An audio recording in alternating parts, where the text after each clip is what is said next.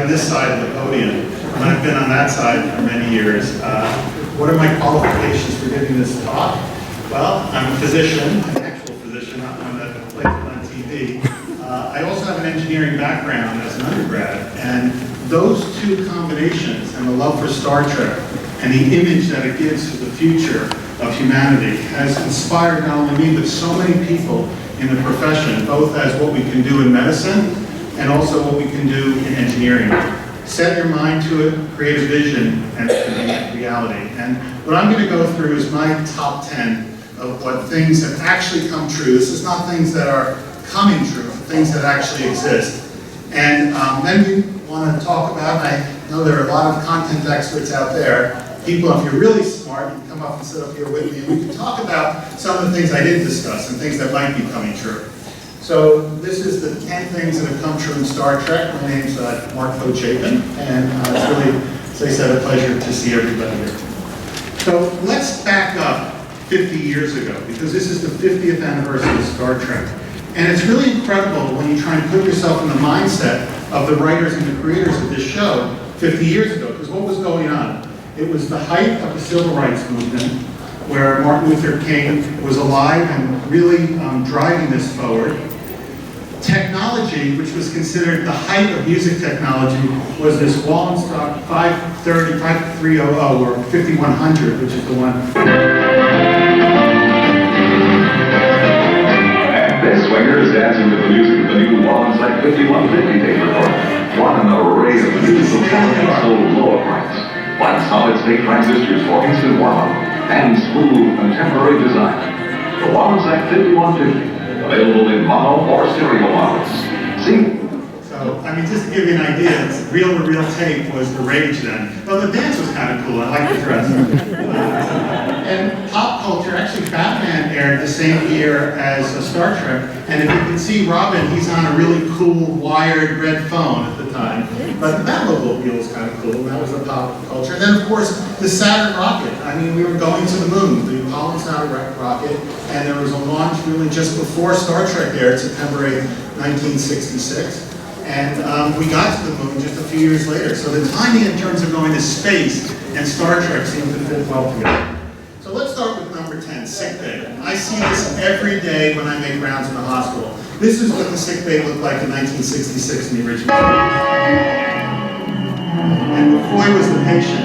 Anybody know the episode?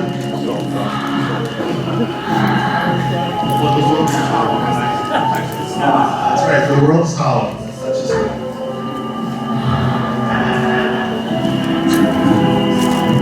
Excellent, Doctor. The white corpuscle count is back to normal.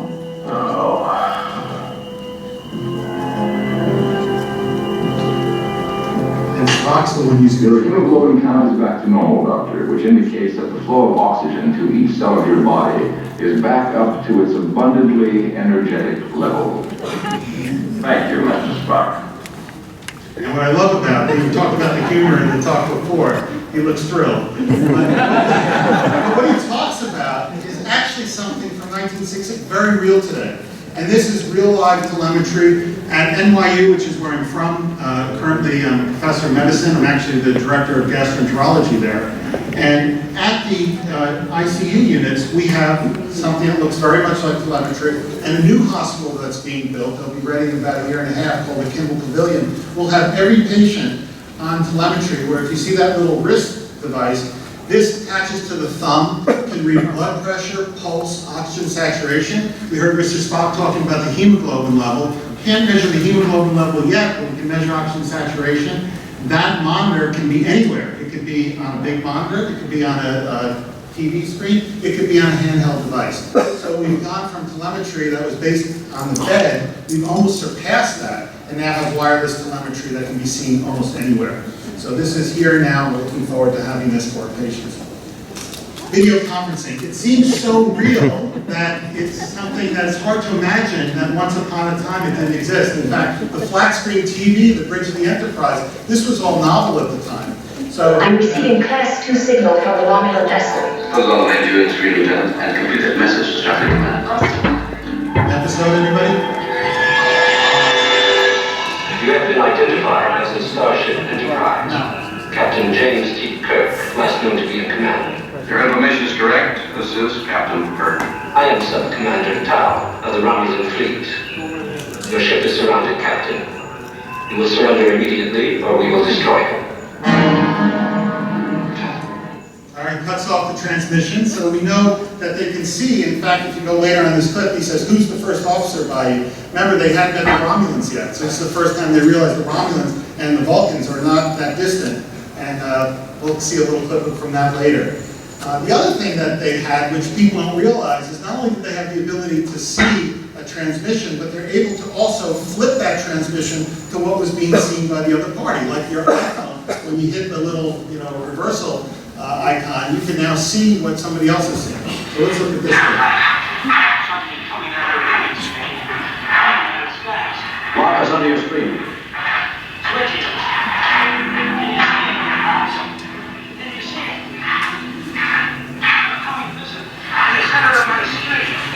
You have laser capacity, we're still on range. Make time, just one that ship off. I'm trying to, sir. They don't acknowledge.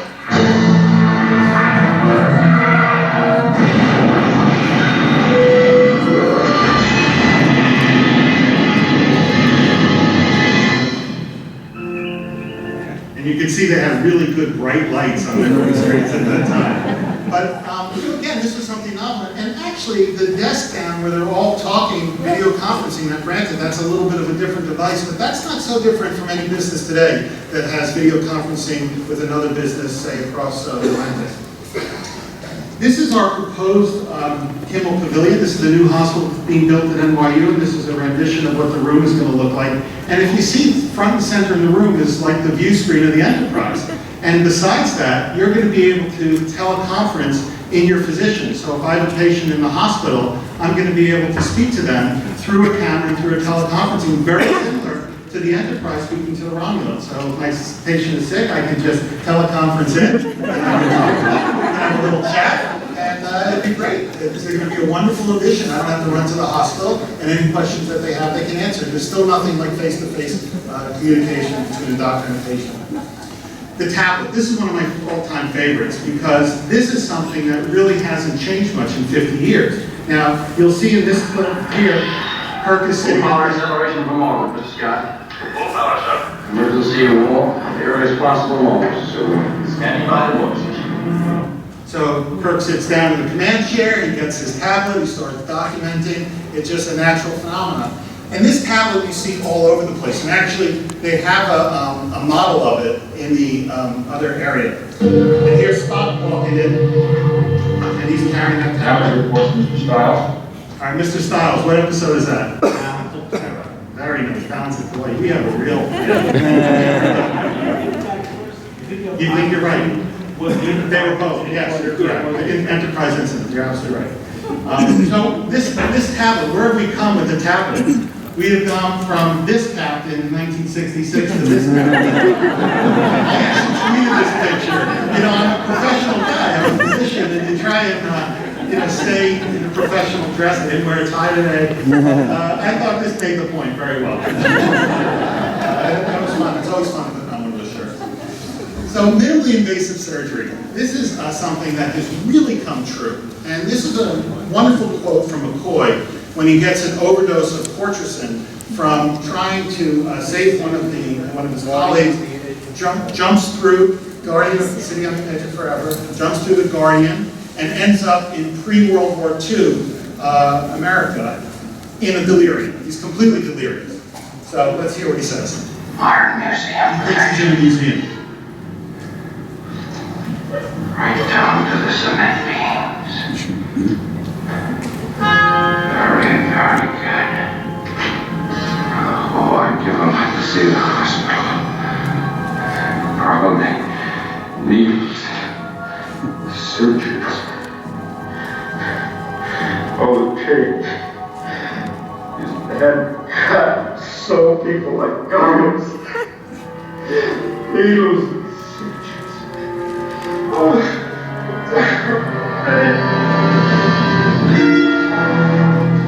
The music was great also. we should really play some music when we're doing it in real time. But anyway, I love this quote. They used to hand cut and sew people like garments. We really don't do much in the way of full incisions anymore. What we have are robots, laparoscopic, what we call minimally invasive surgery. So this is what it looks like. You see the robot in the top right. The operator is actually sitting far from the patient and moving the little clasp that looks like a little hand with stereoscopic type of imaging by looking through the actual machine. So they are operating remotely, operating the machine, and what they're seeing, this is a piece of styrofoam that's being sewn, is actually inside the patient.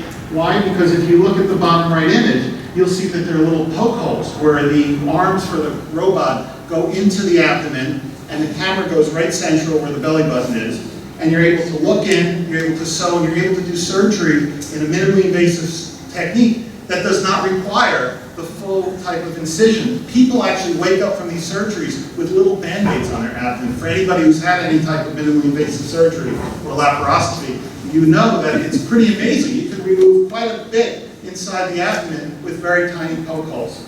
So this minimally invasive surgery exists today, and it's used for prostate, it's used for some abdominal surgery, and many other techniques are being refined. The other thing that's been amazing is in vascular surgery, where you have to do open heart surgery to replace an aortic valve. This is called a TAVR, which stands for transcatheter aortic valve replacement. And it used to be major surgery to have an aortic valve replacement for aortic stenosis. You'd have to open the chest, retract the chest, open the heart, remove the valve, sew the valve in. It's big surgery. Now, you can go through, and if you look at that bottom right photo, you go through the aorta with a catheter, and the catheter deploys this valve, which you see is being actually rolled onto the catheter in the top left. And we do it in these really high-tech rooms that look like something out of the Enterprise. This is the hybrid OR room in Tisch Hospital at NYU, and we can have vascular surgeons, we can have regular surgeons, we can have medical physicians, and anybody who needs to support the ancillary type of care. So we have really come very far in this minimally invasive surgery. And I say 7B for this because I want to talk about minimally invasive imaging. You know, McCoy used to always take what I thought was a salt shaker, actually, and I think it was actually a salt shaker, with the tricorder, and he would be able to diagnose patients. Well, actually, our residents in the hospital, particularly in the ICU, have something very similar, where they have a handheld portable ultrasound device where you can look at the abdomen, you can look at any of the soft tissue structures. In this video, they're looking at the gallbladder. Someone having pain, they might have an acute gallbladder attack. So we have these minimally invasive type of imaging. And there's actually a contest that's ongoing that you might hear some more about called the Qualcomm Tricorder X Prize. And you guys may have heard about this. They put teams of people together to try and actually create a real device that can monitor some type of physiologic parameter that's going to do it. So I think that, I'm sorry? Smithsonian who said they're showing the prototype. They're showing a prototype already. I know it's amazing. By the way, it's amazing when you put your mind to something that we actually have the technology to create a prototype. And that handheld sono is just the beginning of it. This one's so obvious that we don't really talk about it. Look at that picture here. Come on, it's like they saw into the future and just put something in the air. Bluetooth. Lieutenant Uhura, Michelle Nichols, wearing the little thing in her ear, always taking it out when she talks about it. And you just have to look at it. It looks very similar to the Bluetooths of today, and truthfully, it probably functions very similar in that regard as well. Communicators. All right, I have one in my pocket. This is not only a technology that came true, it's gone. It's old technology. Here's the old Razor phone. This is 100 years old, right? I mean, I don't know how many of you guys, I would always try and flip it, maybe something like that. But I mean, this is a communicator, and I like this little clip here of Spock. Spock to Captain Kirk. Kirk here. Captain, are you prepared to beam over? I'm already on board, Spock. Do you have the information? Yes, Captain. The cloaking device is in an area near the commander's quarters. It is closely guarded and off limits to all unauthorized personnel. What is your present location? Sub-Commander Tal. We're receiving an alien transmission from within our vessel, sir. Alien, are you certain? Yes, sir, Commander. I must know the source. Right here with me now, sir. So we know it's a transmitter. I'll get the cloaking device. Will you be able to get back to the Enterprise without attracting their attention? Unknown, Captain. At present, I am rather heavily. And as my wife says, some things never change.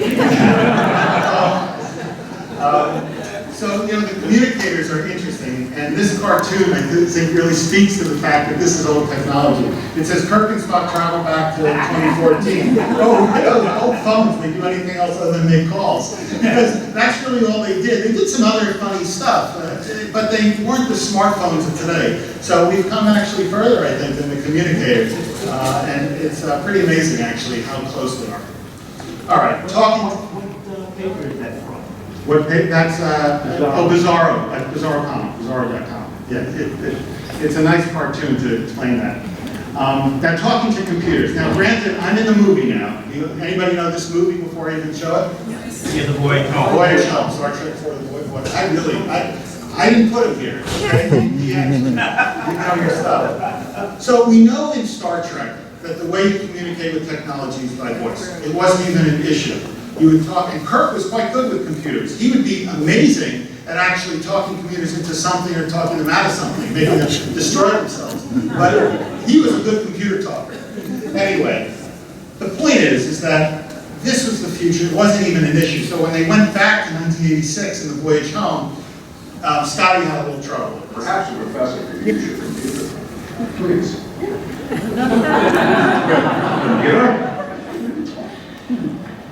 Computer?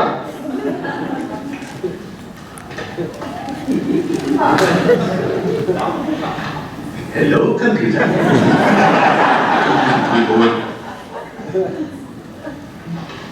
Keyboard. Oh, great. So, you know, it's amazing. And actually, we can talk to computers now. Any of us who have Siri or the Android Cortana, is that Android? Windows. Android's okay. Microsoft, thank you. And the one that has been, I mean, some people find very interesting is this one, is Alexa, which is Amazon. And apparently, this was actually thought of in sense of Star Trek in mind. And this is a friend of mine, Bonnie Krentzman, who wants to demonstrate the Amazon Echo Alexa. Alexa, who is Captain Kirk? Captain James T. Kirk was captain of the USS Enterprise in the original series of Star Trek and the films based on it. Alexa, beam me up. Hi, Captain. Alexa, do aliens exist? So far, there has been no proof that alien life exists, but the universe is a very big place. And Alexa has never been to a Star Trek convention. So clearly some aliens that have visited us for this convention. Anyway, so that technology of talking to computers, it's there. I don't think it's utilized to its fullest yet, but it exists, and I think we're going to see more of it. Transparent aluminum. Let's watch the rest of this clip where Scotty is on the keyboard.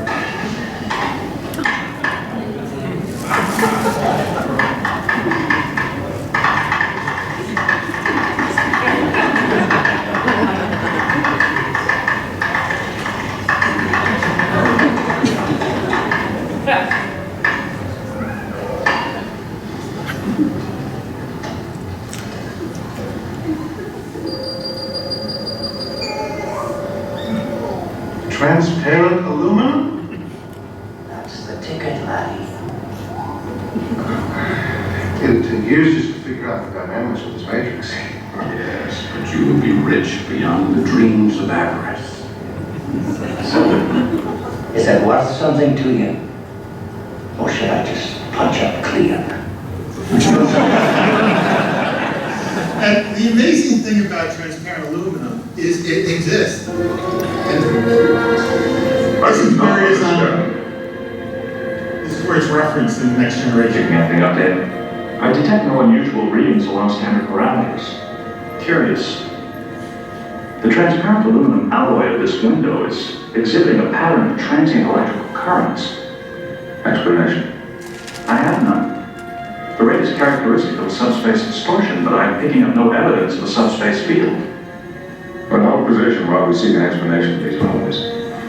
Let's devote all our resources to that end.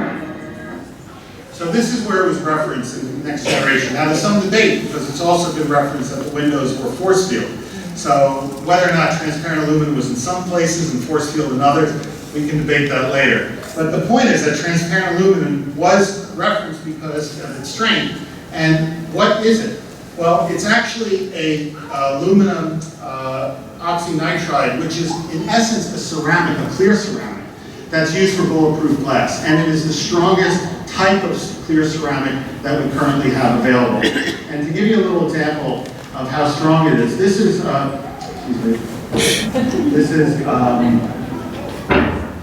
we'll go back. So that's a projectile going through a glass sensor. Now the same sensor made out of this transparent aluminum, known as alum, you'll see is quite impervious to any type of projectile. We can see that same 25-gram projectile hitting that sensor.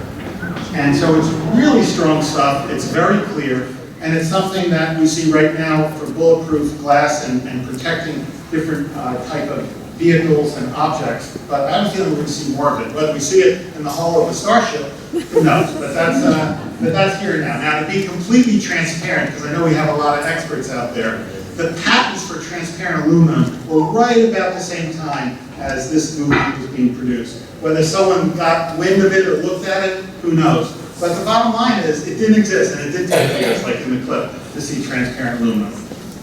Okay, number 2, the holodeck. So the holodeck, what a concept. This is not in the original series. It started in the Next Generation. But Computer, stop program to come out Delta 1 in active memory and discontinue simulation. Program stored. Now the concept of a holodeck was that the holograms, not only could you see, but you could interact with. So much so by the time we got to Voyager, the Doctor was a hologram, and ultimately a hologram that could leave the holodeck. So holograms became so advanced in the series that they became, in a sense, sentient beings themselves. Almost like Data, being more than just an android, was a full character. The Doctor also was a hologram, and although we don't have holographic doctors yet, we do have some holographic imaging in medicine that's quite spectacular. So the first thing I want to show you is this holographic heart.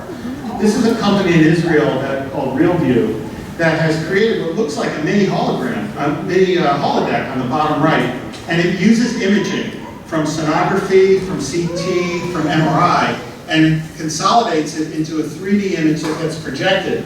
Now, although you can see the Doctor on the top right moving it and manipulating it, you can't feel it. It has no substance. But just like other computer projections that you can interact with, like if you're playing, some of the games that use a Wii or Kinects, this can actually move with the motion of your hand and your body. And the hope is that this can be used clinically to do mock surgeries on images before you actually do it on real people. They're also looking to create a three-dimensional image that can be projected on a patient as they're lying on the stretcher before some type of surgery. And the reason for that is that once you have your idea of where you need to make your cuts, you make those miniature cuts for the minimally invasive surgery, can implant the robot or the laparoscopic equipment, and you can get right to the spot that you need to operate on. So this technology is really cool to exist, and I think we're going to see a lot more of it.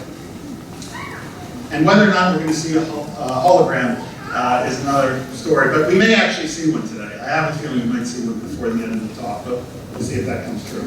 Anyway, the last thing, and I put this as my #1 thing, which I think is the key of Star Trek, and one of the things that has come true and continues to come true, is the celebration of diversity, the hope that the show gives us for the future, and the fact that someday mankind will come together and can actually conquer things as a team, not by fighting among ourselves. And the vision of this, remember, at the height of the civil rights movement, the vision of bringing a diverse crew together for a common goal was actually quite revolutionary. And if you look at the bridge, we have a Scottish engineer, Russian navigator, and by the way, that was also at the height of the Cold War, and there was the space race to get to the moon with the Soviet Union. We have a Asian navigator, an African-American lieutenant, African-American woman who was in a leadership along with her counterparts, and we're going to talk a little more about that in a second, and an alien. So, you know, you really have a diverse crew, but everybody worked together, and as the show goes on, you sort of not only forget that it's a diverse crew because they all have a common purpose, but that the diversity makes them stronger. They learn from each other, and there are episodes over and over again that one of them has a special skill and background that they apply that helps them all. Now, I'm sure most of you know this story, but this is one of the most spectacular stories about the original series in Star Trek. And if you haven't seen the interview by Nichelle Nichols on YouTube and NPR, there's a great interview. There are other few interviews. She talks about the story, and that's why we know this is a real story. This isn't something that was just written about. This is something that Nichelle Nichols herself, who of course is still alive and still talks about it, is very moved every time she discusses it. And that is that she was thinking of leaving the original series after the first episode. After the first year. And the reason for that, Nichelle Nichols is actually a Broadway actress and was offered an incredible spot for her to be a lead role on Broadway, which was her dream. And she had come to Gene Roddenberry and told Gene that she was going to be resigning and that her dream job, what she's always wanted to do, was coming forward. And he told her to just take the weekend and think about it. That he didn't want her to resign yet, to use the weekend to understand that he's trying to do more with the show than just talk about space. And it just so happens that evening was an NAACP meeting in which she was excited to meet Martin Luther King, who she knew she was going to meet because she sat on a dais since she was an actress and a celebrity. She knew that she'd have the opportunity to meet Dr. King. And yet she had heard that one of her biggest fans was coming to the meeting and wanted to meet her. And she said, that person's going to have to wait because I need to meet Dr. King. So sure enough, she sees Martin Luther King walking over, and he walks right over to her. And he says, Miss Nichols, I'm your biggest fan. That Star Trek is the only... How many people know this story? Okay. I'm telling you a story you know. It's great when you're preaching to the choir. So that Star Trek is the only show that he allows his children to watch because of the vision it portrays in the future. And she says, that's great, but I'm going to be leaving the show because I'm taking this other position. And he became absolutely serious and said, you can't do that. And this is the quote from Nichelle Nichols about that conversation. According to her, she said, Dr. King told her, don't you understand what this man, meaning Gene Roddenberry, has achieved? For the first time, we are being seen the world over as we should be seen. And she said it was like divine intervention. And after that conversation, she realized that she needed to stay on the Star Trek show because her mission was more than just that of being a communications officer, but someone who really represented so much more to the future of people looking up to her as a role model. And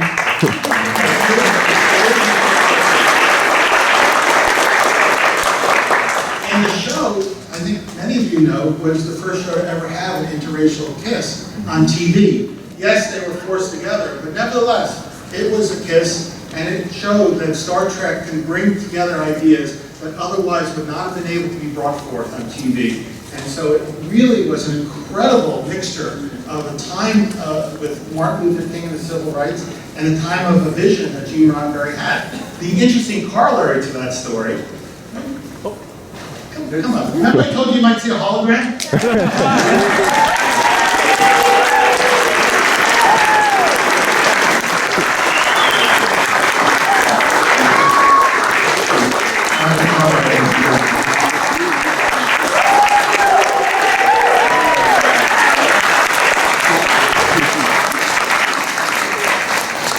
That's the first time.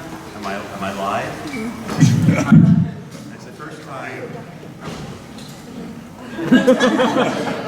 I'm a theater actor. I don't need it. Will the mics go live here? They will. Yes. Some microphones.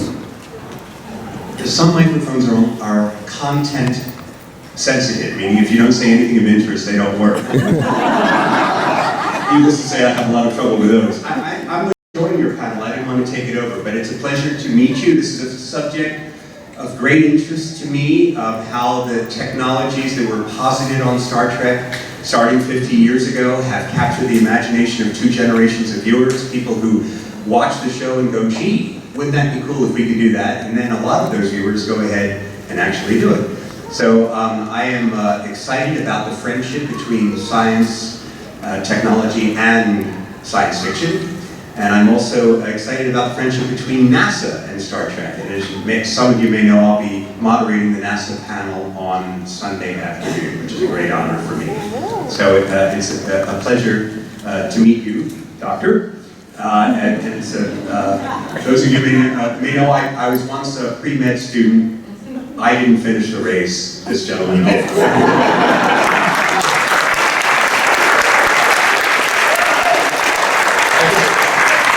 One final thing, Mark and a dear college friend of mine, Dr. John LaPook, who is his CBS medical correspondent, are very good friends. So it's a pleasure to meet you.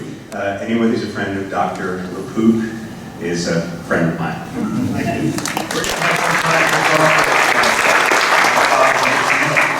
The hologram, I want to talk about the tricorder. And what we're talking about now is that the diversity of the show, including the holographic component of it, is amazing how it has changed the world. And we're talking about Nichelle Nichols and how she was influenced by Martin Luther King and the first interracial kiss. And that she influenced some very important people. We just heard about NASA. Well, this is a real-life astronaut, the first African-American astronaut, Dr. Mae Jameson. And what's interesting, she went to the same medical school that my wife and I did, just graduated a few years earlier, Cornell Medical College. And she was such a big deal that she was inspired by Nichelle Nichols and wanted very much to sort of be a part of Star Trek and actually got a cameo here. You'll see her as the transporter chief. Phase distortion is dropping. The next transport window opens in 42 seconds. How long will we have, Lieutenant? 36 minutes, sir. We're losing time. Lieutenant Riker should be here. Computer, locate Lieutenant. Cancel inquiry. This He was supposed to report here at 800 hours. I'm sorry, Alex. It's been a while since you made a touch of clock. Let's go.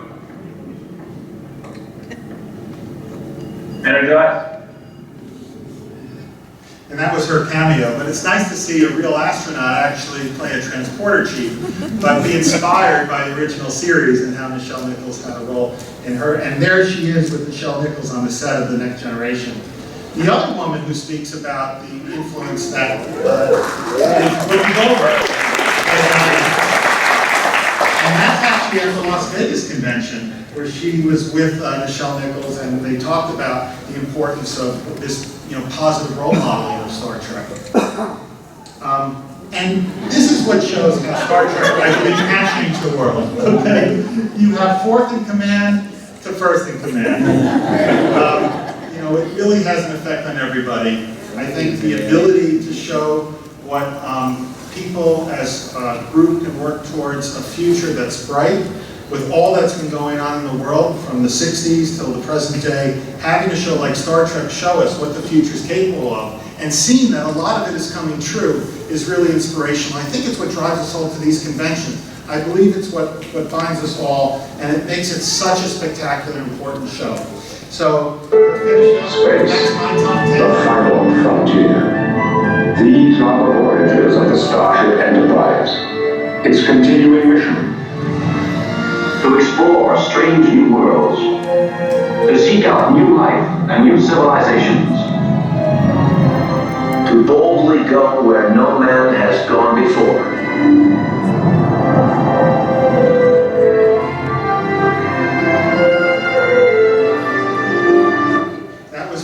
Episode of Enterprise, when we found they were watching a hologram, and it's very moving. And if you want to know how I got all my clips, I have to show you this last clip, because it is the way I got permission to show you all the clips, and that's from CBS, and it's actually kind of an old clip, you may have seen it already. And then we're going to talk with John Connor, command the first starship with power. Final frontier begins. This home, let's explore it together. These are the voyages of the Starship Enterprise. Ship has held up pretty well over the years. Engage at warp 9. First officer, Mr. Spy. All fire, make it so.